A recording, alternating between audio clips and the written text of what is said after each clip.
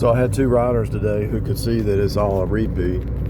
One of them was a history student at the college nearby. And another guy, he traveled the world. He was, where was he from? Jamaica, and he traveled to England and different places. And so what happens is, after you get enough experiences or you study enough opinions and views, you start to see the same. If you're in peace, you can start to see the repeat. If you can't see the repeat, it's probably because you have drama in your life. That's the only thing I can tell you. Because these people were not saved, and they could see the repeat. So the only ones who wouldn't understand or see the repeat, I would have to say, those are the ones that have too much drama, the cares of this life, too much going on that they can't see it. The one lady, I said, look at your professor. We were talking about how history reached her area of expertise in her study. This is her last year, was the USA. Different people study different parts of the world and stuff.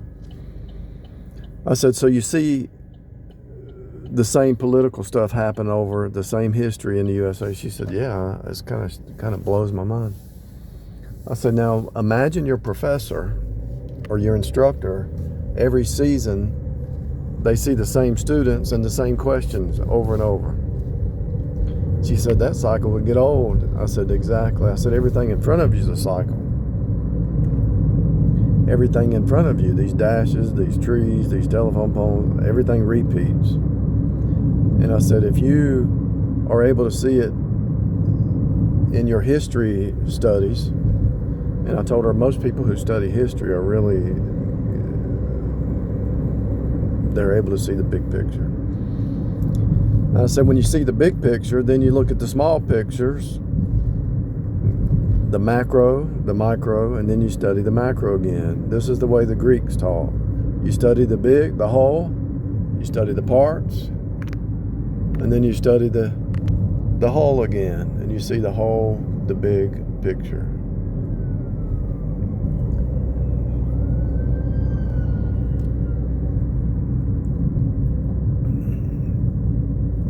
The lady before that, there was an ambulance and then another ambulance. I said, I hate to tell you, it's a copy machine. Once you see one ambulance, you see another one. But the Jamaican guy, he could hear it from a different perspective. The history lady, she could hear it from a different perspective. But if you take all the different perspectives and you conglomerate it into one big perspective, like Chuck Missler said the Bible's holographic. Now, if the Bible's holographic, that means this is holographic. For his word is forever written in heaven. So if the Bible's holographic, and it is, because if you read Ephesians, you see the same truth in the book of Colossians. You see the same truth in the book of Romans. It's all faith alone. The just shall live by faith, the Old Testament. You see the same truth. Abraham believed God, and it was counted for righteousness' sake. So you see the same truth in the Old Testament as the New Testament. The Bible is holographic. If the Greeks would study the whole, you want to learn how that building's built? You study the whole. You study the parts. You study the whole. And you can see the holographic truth behind anything. The car, study the whole, how it works. Study the pieces, how it works. Study the whole. That's the holographic mind. You have a holographic mind and you're using it every day. You just don't know you're using it, and you don't know you have it. Because of the noise. Because of the distractions. Especially if you got the Holy Spirit. Not only do you have a holographic mind, but you have a fractal holographic mind to the south side of time. And space. And it's spiritual. You can see the types and shadows if you use your God-given mind. So what's the red about? What's the green about? The Go Green crowd, trying to stop the blood flow. The red, trying to keep the blood flowing. Just type in Go Green. They worship Mother Earth. Type in "Go Red." They will focus on the heart. Just Google it. It's right there in front of you. Google reveals it all. The average person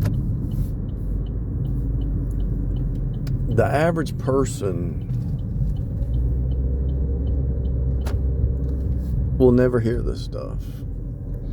They will click on the channel and they'll say, "Oh, what's he talking about? He's talking foolishness. He's not even making it. What's he talking about? You have a holographic mind. What's he talking about? It's a fractal hologram. What's he talking about? Chuck Missler says it's a holographic Bible, so that means it's a holographic reality, right?" That's easy button. That's common sense, to be honest with you. If you can see the same truth throughout the scripture, that means God has encoded the same truth everywhere. Look at this.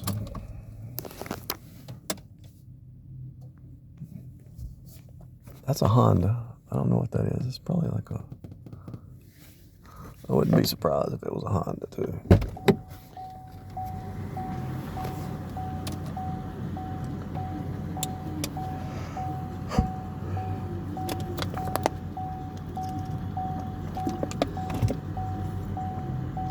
You've seen it 1,000 times. You've seen these clouds 1,000 times. You've seen the trees 1,000 times. You've seen these dashes in the parking lot 1,000 times. You've seen tires. You've seen it all 1,000 times. The leaves, the trees, the ground, the dirt. It's right there.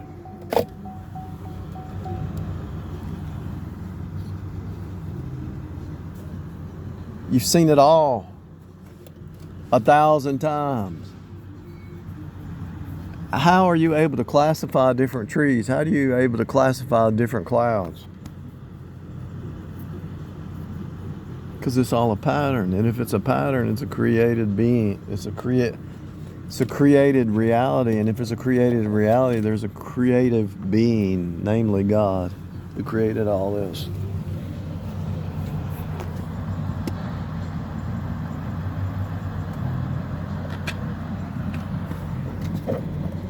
What happens is when you really get into this state, you talk to enough people, you start to see the same personalities. It's a Nissan. When you get into this state of being, you start to see the same personalities. So if I go to this business is run just like Lowe's in a way. Lowe's is better because it's mainly for contractors, but the same credit card machine, the same.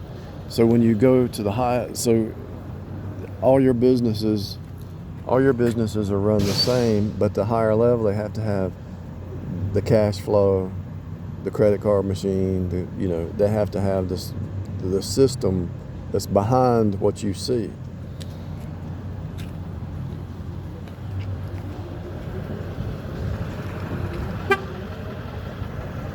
Just like they rent this truck, right?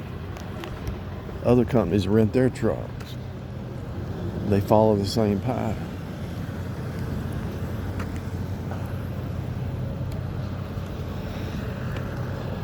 You've already seen this mulch 1,000 times.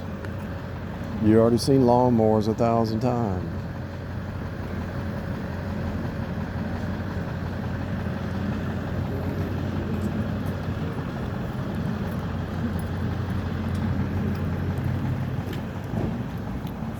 It's funny how when you talk to people that don't know this truth, they think they've got something new.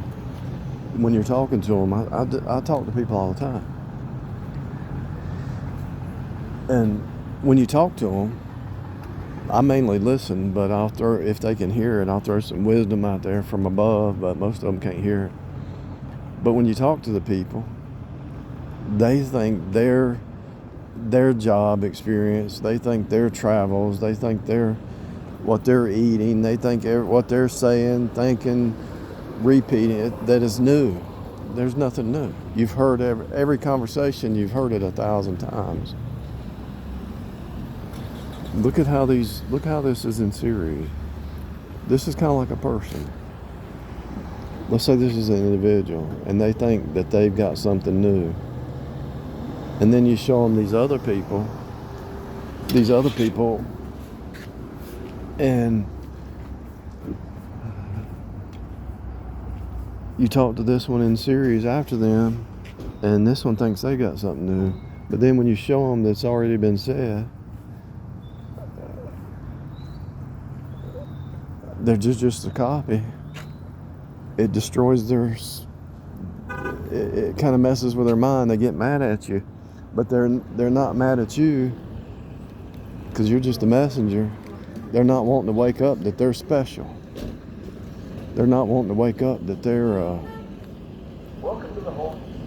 Enjoy your shopping experience. in a box. They don't want to wake up to that, like that Jamaican guy said.